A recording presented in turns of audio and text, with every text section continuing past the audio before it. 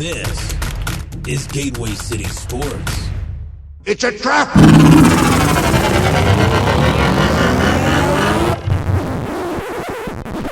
Oh, I'm sorry. Did I break your concentration?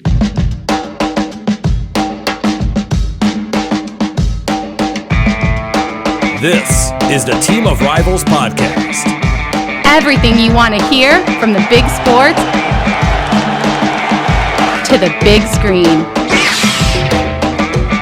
He's all by himself, fires into the end zone. Caught! Touchdown! No! Vaughn into the windup in his first offering. Just a bit outside. He tried the corner and missed. He doesn't like you. I don't like you either. Time winding down. Michael for three. Yeah! Yes! She is gone! I can't believe what I just saw! Go crazy, folks! Go crazy! You believe in miracles? Yes!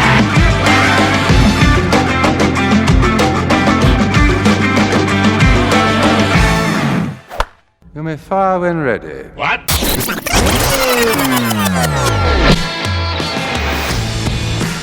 Good evening, Cubs and Cardinals fans, to the Team of Rivals podcast, proud members of the Gateway City Sports Network, where you can find great podcast and blog content. It's Thursday, December 15th. You can follow us on social media at Team of Rivals Pod. We're online at teamofrivalspodcast.com. And for those of you who prefer to watch the show, we also post to YouTube, Facebook, and Rumble. So hit the like and subscribe buttons and be sure that notifications are on so that you know anytime we post new content. I'm going to skip right past the monologue. I'm going to cede my time, but before I do, introductions. Joining me for this week's show, co-founder of the Team of Rivals podcast and just hanging on like grim death, number 125 in the 2022 top cards on Twitter. He is Mr. Irrelevant of the top cards. I am. I'm like the last draft pick in the NFL. You know, here's what I was thinking. And how appropriate, because they're playing right now as we speak. Mr. Irrelevant, quarterback for the Niners. For the Niners. I saw that this week. Listen, you know, I came within 2 days of completely finishing the deactivation. So I was just like, Twitter's just, Pete, I hated it years ago. I tried my best to warm up to it. It still sucks. And I thought I was really off of it, but I'm like, God damn, when we decided to go live last week, I'm like, I can't just rely on Facebook to pump this out. I've got to be on the other platform. I had deactivated everything, even removed the app from my phone. So I couldn't log back into even the Tor account on my phone. I didn't want to ping you like, hey, please send me the code. So I was just a mess last week. So I've been back on it. I can't believe I still exist even within the top 200. Well, and we're going to get to my theory on why. But before we do, he's here this week. He's decided to join us. Yeah. He's the permanent occasional guest host. Elliott Dewey, the floor is yours. It has been a shit show. I said I was going to go 35 minutes, but I'm not going to go 35 minutes, maybe a couple minutes, but you probably forgot how to do it. That's why. Even though I haven't been here, I've been paying attention with all the shit going on. And I got to say, boys, what is this front office doing for the Cubs? I do not understand it. You go out the year before and you get Stroman and you get Seiya Suzuki. And then the whole season, it's like, okay, it's about spending next year. Jed's hands are tied. The books are going to open up. They're going to go out and they're going to get these guys. You know, Carlos Correa is supposed to, opt out of his contract in Minnesota. They're going to get a shortstop. Nico's going to go over to second. They're going to hopefully add on to a third baseman, get a first baseman, compete in 2023. Those were the words that came out of the front office's mouth. We are going to compete in 2023. Hang on with us, guys. We're going to go next year because Marquee Network's going to bring in all this money. We're going to have all this wheelbarrows of money that we're going to be able to spend. The whole epic, biblical losses is going to be over with. my ass. You sat on the sidelines almost this entire offseason so far. Yes, you went and you're taking a flyer out on Cody Bellinger to maybe get something out of him this year. And if you don't, it seems like they're hoping he does so they can flip him for something. Jamison Tyon, a decent pickup, but you talked all this shit about going to get that impact player that you can build around, and you fucking don't. And everybody was sitting there waiting for this to happen. You have to go after these guys no matter what the market dictates. Even if it makes you uncomfortable. Yeah, you got burned by the Jason Hayward contract, but you know what? That doesn't happen all the time. The guys that produce consistently and that are superstars, you fucking pay those guys their money and you deal with the consequences later. Because the 6, 7, 8 years, probably 6 and 7 years that you're going to get out of those guys, that money is going to be worth it. You're probably going to be in the playoffs every single year, and you're going to make runs for the World Series. But you stuck your thumb in your ass and you sat on the sidelines, and now you're getting second fiddle with Dansby Swanson more than likely. Go fuck yourselves. I'm done. Gosh, I was hoping for more. I'm a little disappointed. I mean, you know what? Actually, Elliott, you remind me a little bit of the Cubs front office. You made all these big promises about this 35-minute rant, and you failed to deliver. I came out up front and said it wasn't going to be 35 minutes. Yeah, I know, but still, okay, so you tempered expectations. I still feel like you failed to deliver. I want my 13-year contract. I tell you what, I am looking forward to Ricketts Day at Cubs convention because I hope these fucking fans lay into them. The problem I have is that I can't tell. Sorry, we're going to have to put the mature logo on this one. Oh, we have to put it on every time. Problem is, Hold I on. agree. Mature is a different genre, man. That's true. Maybe like explicit. Yes. Yeah, there you go. Sorry. I'm with you a little bit, Elliott. I don't see what the plan is. I can't tell where they're going with this. However, I'm sure you've read the news in the last 24 hours that the Cubs didn't even actually extend a formal offer to Correa, that they exchanged numbers and exchanged parameters. And obviously Hoyer determined that they weren't going to be able to land him. Look, if we're going to land it, or we're uncomfortable with that number in those amount of years. Same thing. What he was looking for, what he was willing to accept, the Cubs weren't willing to go there. And that makes you wonder about their internal valuation system. Obviously they know where the market had moved, but still that makes you wonder, why is it? And I don't know if you saw this also, but the word is that the Cubs didn't even have Correa rated as their number one shortstop of the ones that were available. That in their system, they had Trey Turner ranked first. And then there was a gap to Correa and Bogaerts. So I don't know. Wasn't he the first one to go? Was the first one to go. Did they make an offer? I think the word was that they did, but obviously it wasn't competitive. But here's the thing that's amused me about it. It's not the Carlos Correa thing. I was hopeful, but I never really thought that they were going to land Correa. What's amused me about Cubs Twitter. You were a little bit last year. Last year. Right. And let's not forget. Now, is that reaching? Was it, just be honest here. Was that kind of reaching like shit? Are they going to try to do anything? And I thought Correa was a legit thing, or were you kind of in the same place last year where you thought, this is still a long shot, but I'm a little hopeful? Last year I thought it was a long shot, but I was hopeful. This year, it would have been nice, but I never really thought that they were going to get him. I just didn't. I thought that there were too many teams in the market. and too many teams who would end up being interested in him that I think it would just be. Is it more in a position, Pete, where it's like, hey, this is okay, this is a great name to have on a jersey, but there's too much to do right now. This is just a waste. Could be. Absolutely. Because if you think about it, right, let's assume that most teams have, say, a $200 million budget, right? You sign Correa, you've locked down 17% of your budget in one player for what he was going. Are you really going to lock down a third of your budget into two players? Because he's not going to be enough. So you're going to have to sign another superstar.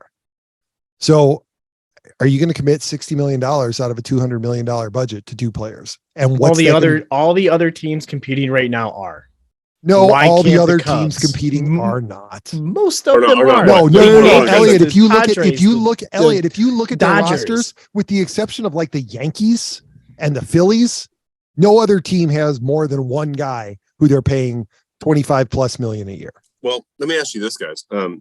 Pete, I kind of think I know where Elliott was going there a little bit when I heard the Padres, and it might have just been a blood vessel just popping in my head when I heard the name. But like when I hear like the Padres, I feel like is there a legit sound strategy there, or is it kind of one of those cases where we're just throwing shit at the wall to see what will stick? It very well may be. It very well may be. If we inevitably, if we pile up enough talent by default at some point, we've got to win, right? And that's clearly what Steve Cohen's trying to do in New York. Oh, absolutely. And how much do you think those owners at this point are like, fuck, we let a wolf in the den here, like we shouldn't have done this? Well, and you know what? Actually, this whole Correa thing, it highlights something that I had mentioned before months ago. Cubs have only signed two Scott Boras clients in all the time that they've had the Epstein Hoyer regime. And I don't know if it's a disconnect with Epstein and Hoyer, or if it's Tom Ricketts' refusal to get involved, because we know that's Scott Boras's MO. When it's getting close, he then picks up the phone and he connects with the owner directly. And what general manager, what president is going to tell their boss, no, I'm not adding another $5 million per year or another 2 years onto this contract, right? That's a good way to lose your job. And they might get that notion. A GM might give Boras that signal. And then you're right, Pete. You're absolutely right. This has been his formula all along. He's got a direct line to just about every ownership group. He doesn't have Ricketts' number. Well, that's clear. Point taken. And maybe that's true for now. But you also Tom has always said he's not the baseball guy. Right. That's why he hires people to make those decisions. Well, you know what? He's the owner. And Elliott, if that's and I believe that's true. Like he'd be one of the wiser ones to be like, I'll leave this up to the baseball guys, right? Because otherwise you end up with a Bobby Bonilla contract. Yeah, or evidently a Ken Griffey Jr. with the Reds, who's going to be the highest paid Red next year, evidently. Right. It's not named Joey Votto, but like what is crazy about it? But I'll give Ricketts some semblance of credit. Now, a baseball fan doesn't want to hear this from the owner. It's a pure business guy. He's going to hire baseball people to make the baseball decisions. Mm-hmm. He's going to sit back and make sure his business is profitable, which is every right of every owner of any business anywhere, right? Now, I think that common people forget this, right? It's easy for us as fans to spend somebody else's money. It really is, and it's easy for us to sit back and go, "You greedy sons of bitches," but their ass is on the line owning a team. It's not ours. Right. This is entertainment for us. Now, for a lot of us, it has a lot to do with our personality and lifestyle and everything else. I get it. Right. It's important as a fan, but we often forget it's not our ass on the line. We are not standing last in line to get paid by this franchise. The owners are. I'm not defending them because many of them are greedy fucks like Stan Kroenke, and I go down a whole slew of people that they ensure that they do everything they can to get paid. Oh, sure. Right. They make sure that when they're at the end of the line, there is something for them. Yeah, absolutely. But as a business owner, that is your right to do that. Right. And is it the right of the fans to be aggravated by your action or inaction? Absolutely. Right. Like it's a two-way street. Should be. Yep.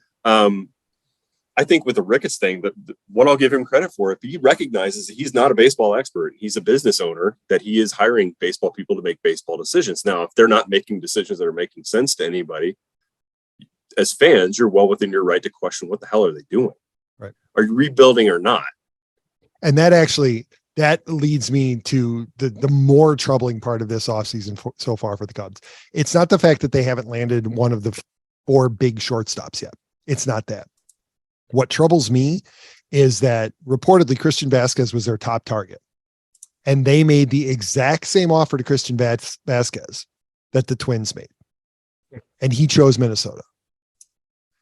And that combined with what Carlos Correa said was reported over the summer, but reportedly said sometime last offseason, where when he was part of a rebuild. Yes. I don't want to be part of no rebuild. Specifically talking about the Cubs. Yeah, they made progress this year, but they're clearly still building towards something. So, when you're a baseball player and you're in your prime and your focus is on winning, great. You're getting paid $28-30 million a year, but do you want to waste that year doing nothing? And I can understand Correa saying, no, I don't want to be a part of that. But the fact that Vasquez said no, when the same offer was on the table, that is the troubling thing, because that tells me that free agents are looking at the Cubs as there's something about the Cubs right now that is making them not a premium destination. I kind of wonder if it's not the way that, despite the fact that John Lester has been out, campaigning for them, they haven't treated their own pending free agents well. Which is really odd that the Cardinal legend is doing that. Yeah, I know. Well, but he also talked up St. Louis for Wilson. So, but I wonder if this is indicative of some larger truth about the way that players currently view the Cubs. And it certainly doesn't help that one of the now executive committee members is patrolling left field for you and clearly has mixed feelings about the organization that he's been with since he was drafted. Yeah. And, yeah. Good point. And I wonder how much it is too, Pete, as a player that, going back to 2014, 15, that they had the promise of a team, even into 2016, after they won it all, that there would be a few more of these to come. And it didn't happen. And it was disbanded. The architect, you could argue, of that resurgence or that rebuild, isn't with the club anymore. So there was obviously some kind of rift there. Now, whether it was my theory has always been Theo likes his set of Legos, but once he builds it, he likes to move on. Well, and I have a feeling that he may have seen the writing on the wall that, he had pushed so far into the pot to win in 16, 17, and kind of 18, that when it only paid off in 16, he looked at what he had and he cashed out his chips because he realized he didn't have enough to play. Because he wasn't going to be able to buy back in is what was happening. Yes. Yeah, well, yes. And I'm wondering how much of that though, has a ripple effect into free agency and players looking to actually join up or come there. If, what was many, including myself, thought was going to be, a dynasty in baseball terms for a 4 or 5, 6 year window didn't end up being a thing. And now it's a little confusing. Where are they going? What are they trying to build right now? Right. And we don't see a repeat like we did in 2012, 2013, 2014. You don't see that same buildup with the Cubs that we saw then. So I'm just wondering how much that could potentially be deterring. I don't know, I guess any prospective free agents, right? So yep. And not a fun position to be in. Right. And as much fun as we make of how boring St. Louis is, and I think that, look, if this was an algebraic equation, St. Louis is boring would be one of the given statements. Everybody agrees on that. But Chicago is no paradise. And so even assuming, well, it smells like piss, just for starters. Well, that's the point I was going to get to. Even assuming, we know that it didn't, but let's as a thought experiment, let's say that Carlos Correa had the exact same offer on the table from the Cubs and the Giants, right? Yeah. Right now, Giants are more competitive. They're closer to competing with or without the addition of Carlos Correa. And the Dodgers are showing signs of potential, correct, little cracks in the armor, right? Right. And despite going all in on a bunch of players, the Padres are not a perfect team. They're weak. So there's the potential to win there. Oh, and also you get to live in one of the most, while currently buried in shit, still one of the most beautiful cities in the world. And you get to live literally buried in shit on the sidewalks from homeless people. Literally. Yes. You get to live on the coast, right? California's gorgeous. Yes, you're going to pay an astronomical amount in taxes, but it's not like you're going to pay that much less if you live in Chicago. And in Chicago, you're either going to have to buy another house or else you're going to have to endure Chicago winters. And Chicago smells like piss. And there is a violence problem in downtown Chicago. I mean, if you weigh the two of them together, yeah, all other things being equal, I'd go play for the Giants too. When you're playing with that kind of money, when you're getting paid $30 million a year, I'd much rather live in San Francisco than live in Chicago. There are gorgeous places that are not far from downtown San Francisco where you can move and feel safe. Where are you going to go if you're here in Chicago? You're going to go to Hinsdale? That's not going to help. You're going to go up to, you can go up to Winnetka. It's not going to make a difference. You still got to go into the city. Yeah. And the city's fucked. Yeah. Well, it's Illinois, and we can get in a whole discussion on what's going on in the Midwest these days. But, look, the Giants as a destination are one of these teams that none of us are offended by, virtually ever, right? When a player goes there, not since the days of, Barry Bonds. Everybody just, hey, I want to be part of this home run. And I'm just going to fucking groove one right down the middle and make sure he gets to 73. Yep. None of us are offended by the Giants. They've never been one of those clubs that we feel at times maybe has overspent on a player or two every now and then, going back to a Barry Zito or something like that. But they've never been one that has done quite what the Padres have done or what the Dodgers have done, where, they tried to stack the deck so high that they guarantee their place, at least in the number 1 or 2 position every postseason. So, yeah, but I agree with you, Pete. As far as the destination goes and where the clubs sit right now and the direction they're heading, the Giants' direction is likely a lot more clear to a free agent player than where the Cubs are going right now, which would matters. No doubt would influence a decision. Where are you going to spend your next 5 years? Where are you going to commit to? A region that you're not really from?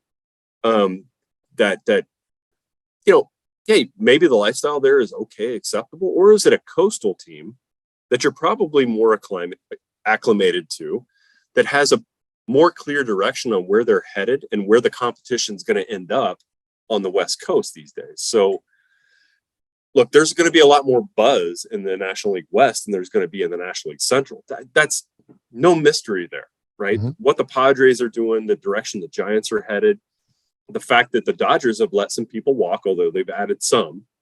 We're not stupid, man. That's going to be the most exciting division to watch. If you were a fan living out there, then it would be either the East or the Central at this point.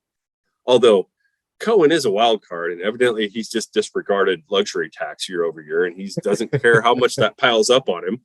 And I guess as a fan of that franchise, if they were actually winning, you'd be like, fuck, we have the greatest owner in the world right now. I wouldn't be offended. Yeah, it's going to be interesting what happens when those bills come due.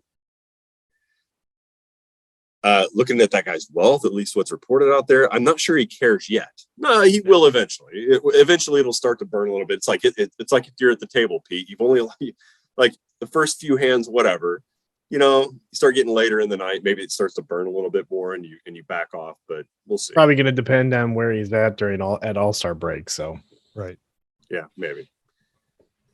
Yeah, maybe if that's a team that's still floating around 500 and can't quite figure themselves out, I imagine he's kind of over. If he's willing to spend this much this quickly, he's probably also willing to pull the plug on things quickly too. I would guess, right? I mean, yeah. You all right? Yeah, I'm good. Okay. Sure. Sorry, it was one of those burp and cough at the same time. You can't do that. Kind of caught me. I'm surprised you didn't pass out. Yeah, well, and you have added more gray on that beard since we had you on here last time, dude. Because you look like a rabid raccoon that I just pulled the dumpster door open, and you're standing in there just with filth all over you. Well, that's what moving does to you, and having to get a house ready for. They do say it's one of the most stressful things you can do, especially, and it gets worse. Moving, like when you're in your 40s. Elliott, I moved in my 40s too. Evidently you did. Pete has. Like, guys, it puts 5 years on you, like overnight. Well, I did all the moving by myself. So Your wife didn't help. Your wife didn't help? Not with moving stuff. Be careful. Be careful. Does she listen to this podcast? She packed a ton. Okay. He saved his I ass. moved. Good. Nice save. So He did. All right. So, Elliott, what do you think happens the rest of the way? I think right now it's 50-50 that the Cubs actually get Dansby Swanson. They need to go get a catcher, and the options of catcher are becoming very slim right now. I mean, the Wilson going to the Cardinals was a gut punch, and that sucked. That we're going to have to see him 16, 17 times a year, and his brother another 16, 17 times a year. So the discussion will always be about the Contrerases during a Cubs game, during a broadcast. So we're going to have to listen to that 30 times a year, which is going to suck. They need a big bat, man. I mean, you look at that lineup. Who? Ian Happ? Is that your home run guy? I mean, you certainly aren't going to count on Patrick Wisdom this year. I suspect that you first baseman. I suspect they're looking to swing a trade. That's my guess. My guess is that they're. Well, you would have to think that, Pete. I mean, you can't go. Just think about it, guys. How insane has your journey been as a Cubs fan, right? 24 months ago, you had Javi Baez, Wilson Contreras, Rizzo, Schwarber. You had all these guys. Now you're talking about who's going to carry the offense this year. You guys just sputtered out Ian Happ. What a violent shift you've gone from. No, you guys knew this was coming, right? You knew the purge was going to eventually happen. You knew the sell-off was going to happen. But I don't think people understand it, because not every fan base has to go through this, where you have a core, and all of a sudden that core has been completely gutted and gone. And now you're talking about Ian Happ. And it wasn't done slowly either. It wasn't where 1 year one guy is gone and next year another guy is gone. Yeah. But then you bring in another guy that next year. It was totally freaking gutted. The one thing about that, though, is that really was out of their control, because it was just by a fluke that all of their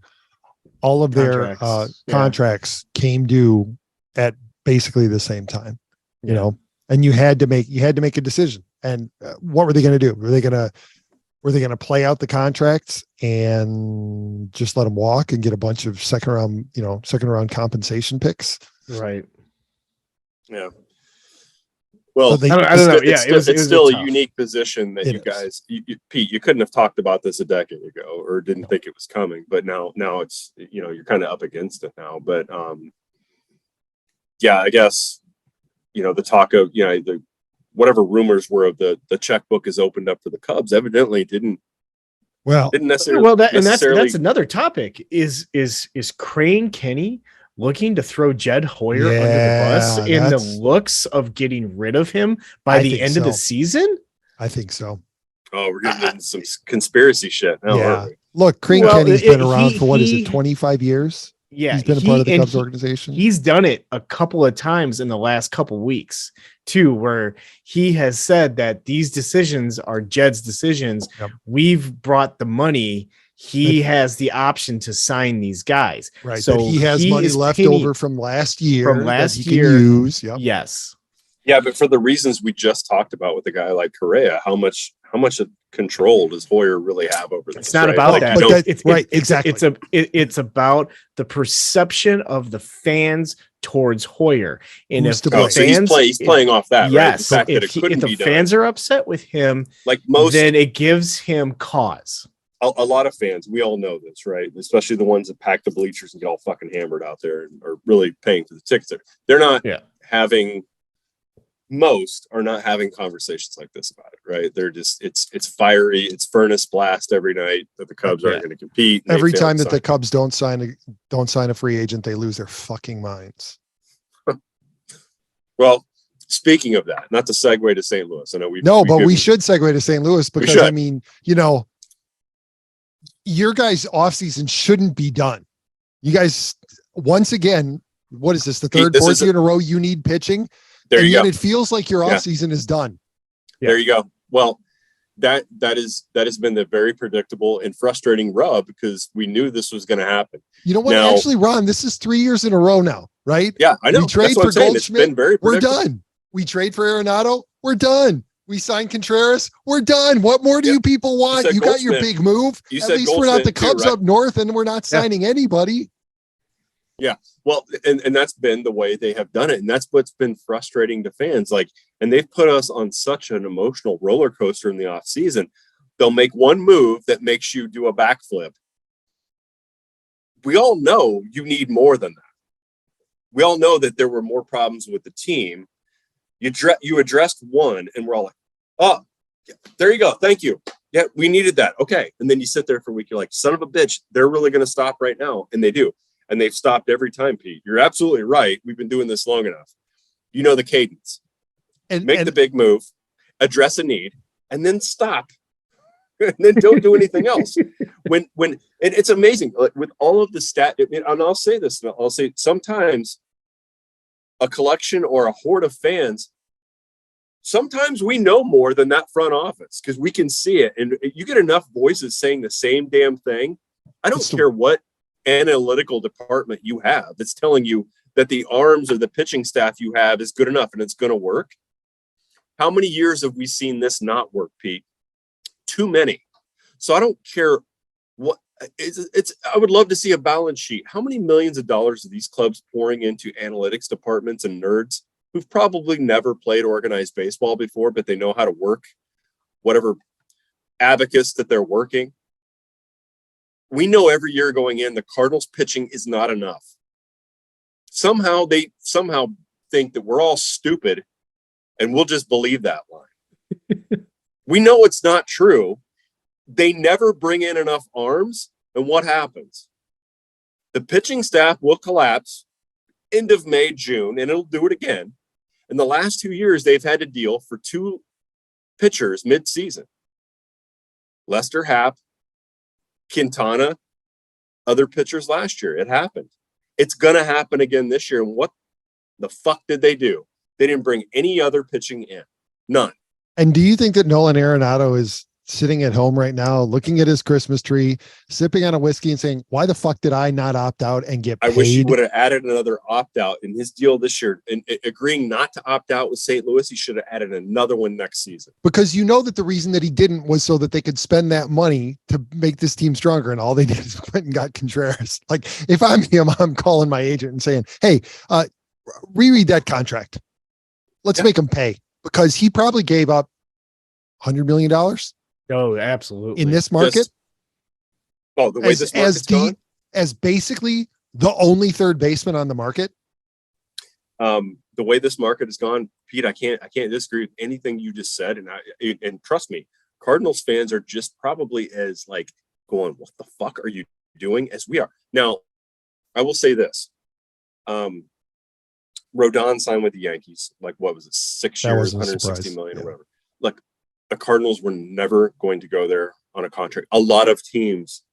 Nobody was going to. The Yankees once again bid against themselves. Yes. 6 years on a guy who has not just an occasional injury history, an injury-plagued history. What was it? 2 years ago, he was playing on a $3 million contract. But I've seen some of even our own gateway people claim that the Cardinals could have done that deal. I'm like, okay, well, hold on. That's one of those. There you go. That's a perfect example of intelligent spending. That's a dumbass contract. And how much do you bet, Pete, right now that 4th, 5th, 6th year, maybe the 4th, 5th, and 6th year, he is not going to be pitching for the Yankees. They're going to be paying him. He may be to done pitch for somebody else, or he may be done. You're right. And so, how much you want to bet his ERA the next 3 years is over 4? Guys, I don't even care about Rodon. Listen, look. I know it's emblematic. This baseball world, fueled by Twitter rage, is very like what is happening lately. So I didn't even know about this son of a bitch 2 years ago. I only hear about Rodon in this last year and then this off season. All of a sudden, he's a fucking must-have guy, or you'll die if you don't have him. Like, you have no chance of competing if you don't have Rodon, evidently. Well, we knew, I mean, we heard about him a lot, obviously, because he was on the South Side, and he's been an excellent pitcher, but he can't stay healthy, and that's the problem. That's why he's not with the White Sox still. Wow, have you heard about it before? A pitcher that just can't stay healthy, but it's really good when they're fucking healthy? I mean, like, this is a broken record. So the only thing that burns me about what the Cardinals haven't done this off season is not overspending on pitching. I just never see them doing that. But the one that's going to burn me, I think they're going to hate themselves come late June, is going to be the fact that they didn't give Jose Quintana $26 million for 2 years. I think that is the dumbest fucking thing they could have done this offseason. Like, signing Wilson Contreras, who wanted to be in St. Louis, was a good move, and one they actually couldn't afford to not do. Yeah. Like, I don't even give the Cardinals a lot of credit for that. I actually give Wilson the most credit for coming to St. Louis. Mm-hmm. Them not bringing Quintana back just confuses the shit out of me based on what they've had to do the last 2 years to deal for arms midseason because their pitching collapses. You're relying on the same guys you did last year to be healthy that weren't healthy, and you had to go out and get arms midseason. You're doing it again. They're doing it right in front of everybody, wanting the air cover of signing Wilson Contreras, who just loves St. Louis, loves Albert Pujols, was there. It was, the 695 home run when I was on the injury list, and I just imagined myself being in the jersey. They're wanting all this air cover from Wilson Contreras, the fact they couldn't fucking sign a pitcher they already had who fit really well there based on their defense, and he's a contact pitcher. They couldn't bring him back for that hefty amount of $13 million a year for the next 2 years. You know how frustrating it is that our inept organization provides air cover for your inept organization? because your front office, it's a symbiotic relationship, because right? your front office knows how to play the heartstrings of its fan base. And they know that anytime you guys get angry, they can just go, at least we're not the Cubs. Look at those idiots. Yeah. And you guys are all like, yeah, we're not the Cubs. We're not. I love the voice. Well, because y'all live in the Confederacy. Yeah, even though it's north of it, whatever. Yeah, it's south of 80. You live in the Confederacy. That's right. Sure. You guys are shrinking the north down by quite a bit. Yeah, right. Hey, so look, let's talk about the real reason that you're in Wichita, Ron. I know that you said that you're there to visit a factory, but I know that Wichita's, in between Wichita and Charlotte, there's a city with an arch, a city that's looking for a new play-by-play man. Oh, yeah. On Cardinals broadcasts. Yeah. Ron, let's talk about our grand plan to get you back up so that you can crack the top 50 of the top cards on Twitter. When are you submitting your tape for the new play-by-play man? No, you're going to top the crack 10. Well, I don't know. Submit some tape, buddy.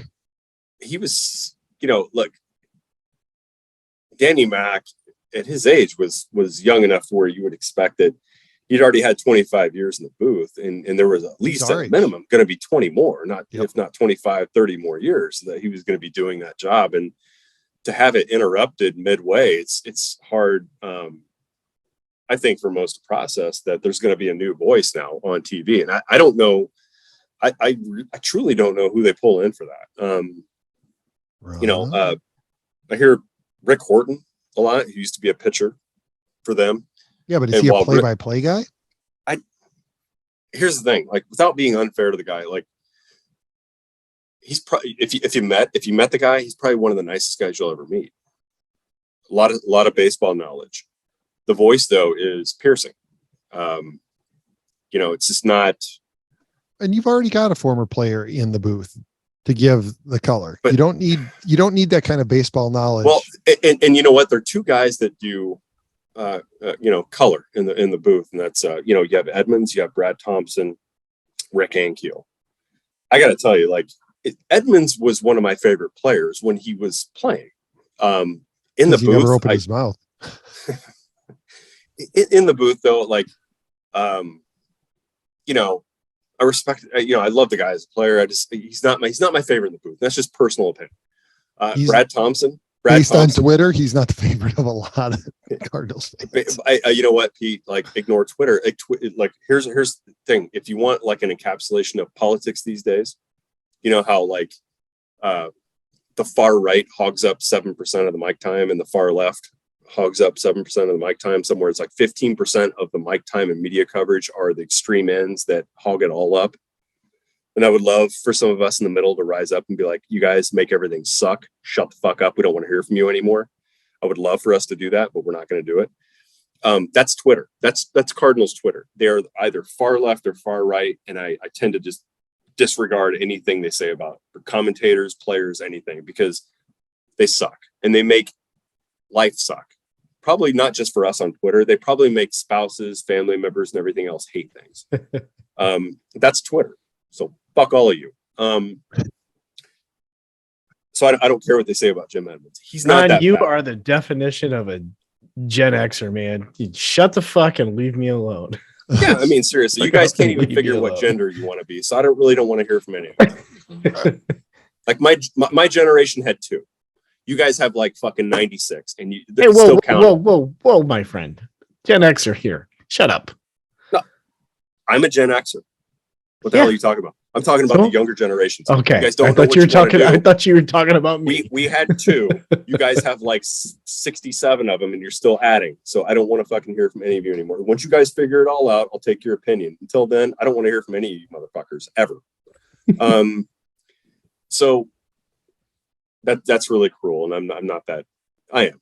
I'm sick of it, man. I'm sick of the extremes on either side of anything, and Twitter included, even baseball fans. So Pete, I don't really care what they think about Edmonds or anybody else. Hey, look, just in talking about the Cardinals TV booth, whatever it is you guys decide to do, you just keep your hands off of our Hall of Famer, okay? You can't have him. Pat Hughes. That's right. Yes. I will knife somebody in the neck. That was, I tell you though, guys, I've always liked Pat Hughes. That was one of the better videos I've seen where he was called to he won the Ford Frick Award, and then he immediately called Bob Costas after that. Those guys are, who knows how much longer that kind of thing is going to be around, guys, where you have these voices. I mean, these are radio voices, gentlemen. Like, we don't know how long that paradigm is going to exist anymore. So it could be a dying art. It could be who knows? Is there going to be a renaissance someday where radio and audio only on the sporting events is going to be a thing? And so while these guys are still around, I think it's important that we recognize guys that have been doing this at that high of a level for that long a time. So I was actually thrilled to see him win that. I remember hearing him on The Score and WGN when I still lived in Central Illinois, and he's a great play-by-play caller, especially when Ronnie was in the booth with him. As unprofessional as Ron was, he was perfect. Which is why they were such a great He was like pair. Mike Shannon. He was like Mike Shannon to Jack Buck. This like unpolished but pure emotion up there. So he was great. Ron, and you actually give me an opportunity to bring it around because I just remembered, and this comes back to the conspiracy theory that Elliott posited. You know who was there to basically to let Ron or to let Pat know that he had been admitted, who was there with the phone call and everything and was there with the camera? Crane Kenny. Who? Not Tom Ricketts. Wasn't the owner of the team. It was the president of business operations, Crane Kenny. Really? Yeah. Oh, he's going back. He's acknowledging what was Gotta there get before FaceTime. even the Ricketts. Yeah, what was even there before the Ricketts family. I'm here, Right? And I'm the Cubs. Yeah. Heady play.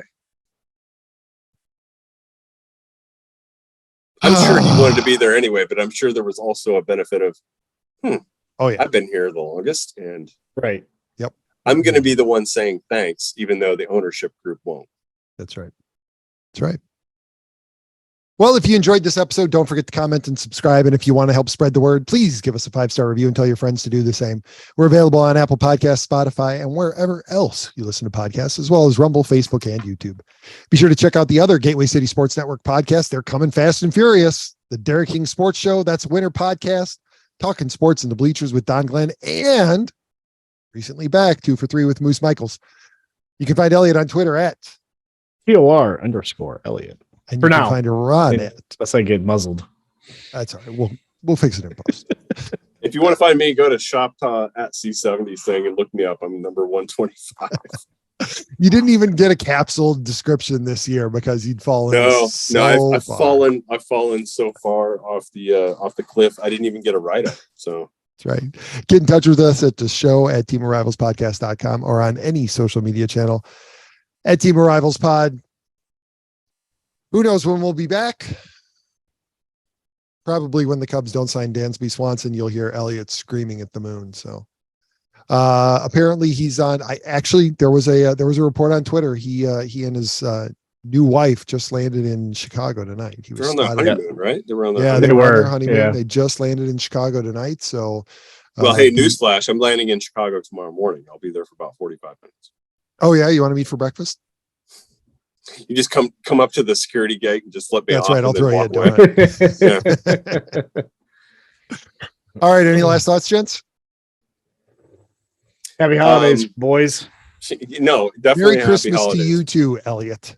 Oh, Merry Christmas, Happy New Year. Well, see, I'm not sure. Here's the thing. Like, I was just trying to encapsulate everything into one. We might be back in a couple of weeks. I mean, next week's the holiday week. We're likely not doing anything, but barring a big sign, or a big trade, our team, or a big trade, because we know that they're gonna swing a 6-for-1 swap, and they're gonna get an ace, a catcher, and a first baseman, and a third baseman. Hey, do you think St. Louis has in Wilson's contract that he has to get a neck tattoo just to make everybody feel better? Oh, you knew it was coming. He may just want to anyway. If he's going to fill in that Hall of Famer's shoes, you might show up in spring training, with all that work done, man. You never know. He's wanted to be a Cardinal since he was on the injury list back in home run 695 back in September. I can't wait for that first picture on Cardinal social media to come out of Wilson and Yachty hugging it out. Yeah. That's going to cause both. Well, no, your guys are going to be fine with it, but that's going to kill Cubs fans. But no, and I understand why it would, and it should, right? I mean, that's a weird thing to look at. I mean, Dexter Fowler was one thing. He wasn't brought up by the Cubs. He had a good 2-year ride and signed away, and that was probably an easy thing to dismiss, especially after he sucked coming. Yeah, especially because we thought we got the better of it with Jason Hayward. Yeah, and it'll definitely end up being the Dodgers. It ended up being a wash, right? A complete wash. It was. You're right, but I don't think we're going to see Yachty. He probably will be back at some kind of like crowd thing or something they'll do for him in the stadium next year, man. But I don't see this big spring training, winter warm up. Kumbaya. I think Yachty is kind of player. Now, I don't know him personally at all, but you imagine for as long as dedicated as he was and as many games as he was adamant on catching, do you think, Pete, that when he retires, he's gonna be like, I gotta fucking get completely away for like 2 years. If I get myself anywhere back near a field or put a jersey on or a glove on, I'm like, it's like being an AA. Like, I'm gonna stay away from the bar for a couple of years, right? Could be. Maybe. We'll see. I haven't been in AA. I'm just guessing. Maybe I should be, but I'm guessing what it would be like. Like you can't bring yourself around it anymore if you're trying to get away from it. Or if you've turned the page, like you're trying to turn the page, you don't want to tempt yourself. You think he goes to like a booth then to stay near it, but far enough away where he's not putting that on? Elliot. I even think with like his brother or whatever. No, I think it'll. I can see he'll make an appearance or two probably in St. Louis next year, maybe in the booth, the Spanish broadcast that they do at home games with his brother. But I just like even spring training. They bring a lot of veterans in. Larry Walker still attends the Cardinals spring training as an instructor. I would think this pure guess on my part that he's going to keep himself away for a little while before he, like Willie McGee did the same thing when he retired. He stayed away for about 5 or 6 years until his daughters grew up enough, and then he finally came back. So I think I wouldn't be surprised if Yachty does the same thing. You know, Elliott, for a guy who has to catch an early morning flight out of Wichita, Ron sure doesn't want to shut up, does he? Oh, we already did the close, right? Yes. Yeah, I'll be quiet. You got more to. Hey, you know what? I'm gonna take my headphones off. You can just keep talking. I'll just let. He's gonna go to bed. You'll hit the end record tomorrow. That's right. Yeah. I've made you host on this though, so the Zoom will stay on until you shut it down. But exactly. All right, I'll be quiet. Well, Pete, thanks for giving us a long lead out. Elliott, thanks for keeping the fire going here for an extra 6-7 minutes. But I guess we'll get off here. We'll be back when we're back. We're definitely not going to be back next week. It's the holiday week, and we hope you all have a great holiday too. And we won't be back the week after that. So look for us in the new year. So it's going to be a while. It'll be a while, and January's always been one of those months that Pete and I we hate even talking to each other over even a call like this because baseball is dry as shit, man. It's like a sandpaper condom in January. Nobody wants anything to do with it, and so we probably maybe if we can find another topic to talk about, we'll come back in January. He just hit his forehead off his microphone. I probably shouldn't have said Tell you that. what, we can talk about my 12-hour walk in January. How about that? If there's nothing to talk about on baseball, yeah, fine. Hey, Fine. we'll do that. Off the topic of baseball. Oh shit! He's gonna keep us going. Keep going. Sorry, Diego Luna nominated for Golden Globe for Andor. All right, pretty cool. What episode though? Like episode 12, where it finally got going, or like I have 11 no or something idea. like that. I didn't want to know what they're attention enough honing to in that. on there. Okay. I just thought that series was freaking fantastic. I haven't. Hey, you know what? The first 10 episodes were good. I know how it ended, but I didn't see it end. So he's okay, and we'll get into those onion layers some point in time January. Year, I predict. Yeah. All right. I don't know how long he's going to hold out. Not subscribe. He's making a hard stance here. It's irrational. It's not that much. Very irrational. It's perfect. It is. Maybe I'll just gift it to him and he'll have to watch it. There you go. But that's probably what it's going to take. He's taking a hard stance on this. So we'll dig into that next year. But hope you all have a happy holiday. Happy New Year. We'll talk to you likely in January at some point in time. We can find some type of baseball reason to get back on here. But until then, we love you all so much. Bye-bye, everyone.